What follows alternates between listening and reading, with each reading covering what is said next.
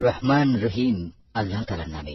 মৃদু মন্দ ও ক্রমাগতভাবে পাঠানো কল্যাণবাহী বাতাসের শপথ, প্রলয়ঙ্কারী ঝঞ্ঝা বাতাসের শপথ, মেঘমালা চারদিকে বিস্তৃতকারী বাতাসের শপথ, আবার এ মেঘমালাকে যে বাতাস টুকরো টুকরো করে আলাদা করে দেয় তার শপথ, মানুষের অন্তরে ওহী নিয়ে আসে যে ফেরেশতা তার শপথ।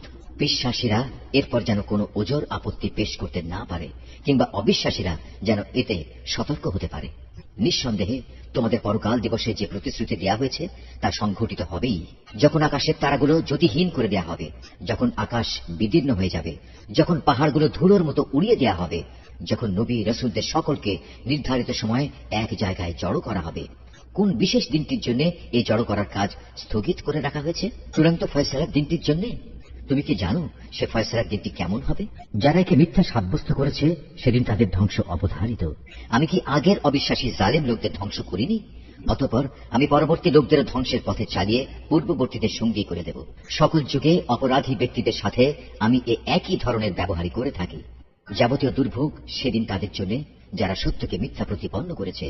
আমি কি তোমাদের এক ফোঁটা তুচ্ছ পানি থেকে সৃষ্টি করিনি? অতঃপর সেই তুচ্ছ পানির ফোঁটাকে একটি সংরক্ষিত স্থানে আমি কি সযত্নে রেখে দেইনি?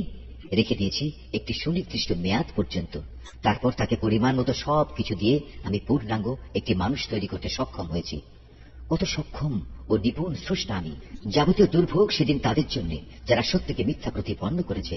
আমি কি ভূমিকে প্রয়োজনীয় সামগ্রীসমূহের ধারণাকারী করে বানিয়ে রাখিনি? জীবিত ব্যক্তিদের যেমনি সে ধারণ করে আছে, তেমনি মৃত ব্যক্তিদেরও নিজের ভেতর ধরে রেখেছে। আমি ভূমির উপর উঁচু উঁচু পর্বতমালা সৃষ্টি করে রেখেছি এবং তোমাদের আমি সুপেয় পানি পান করিয়েছি। দুর্ভোগ তাদের জন্য যারা এসব সত্যকে মিথ্যা প্রতিপন্ন করেছে। বিচারের পর বলা হবে, এবার চলো সেই জিনিসের দিকে যা তোমরা দুনিয়ায় মিথ্যা প্রতিপন্ন করতে।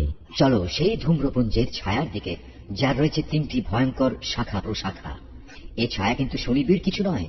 এটা তাকে আগুনের লেলিহান শিখা থেকে বাঁচাতেও পারবে না, বরং তার বৃহৎ প্রাসাদ তুল্য আগুনের স্ফুলিঙ্গ নিক্ষেপ করতে থাকবে। মনে হবে যেন হলুদ বর্ণের কতিপয় উটের পাল। দুর্ভোগ তাদের জন্য যারা একে মিথ্যা প্রতিপন্ন করেছে।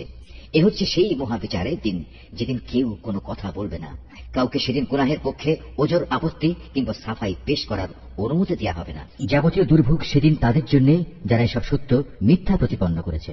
সেদিন পাপীদের বলা হবে, আজকের দিন হচ্ছে চূড়ান্ত ফয়সালার দিন। তোমাদের সাথে তোমাদের পূর্ববর্তী সকল মানুষকে আজ আমি এখানে একত্রিত করেছি।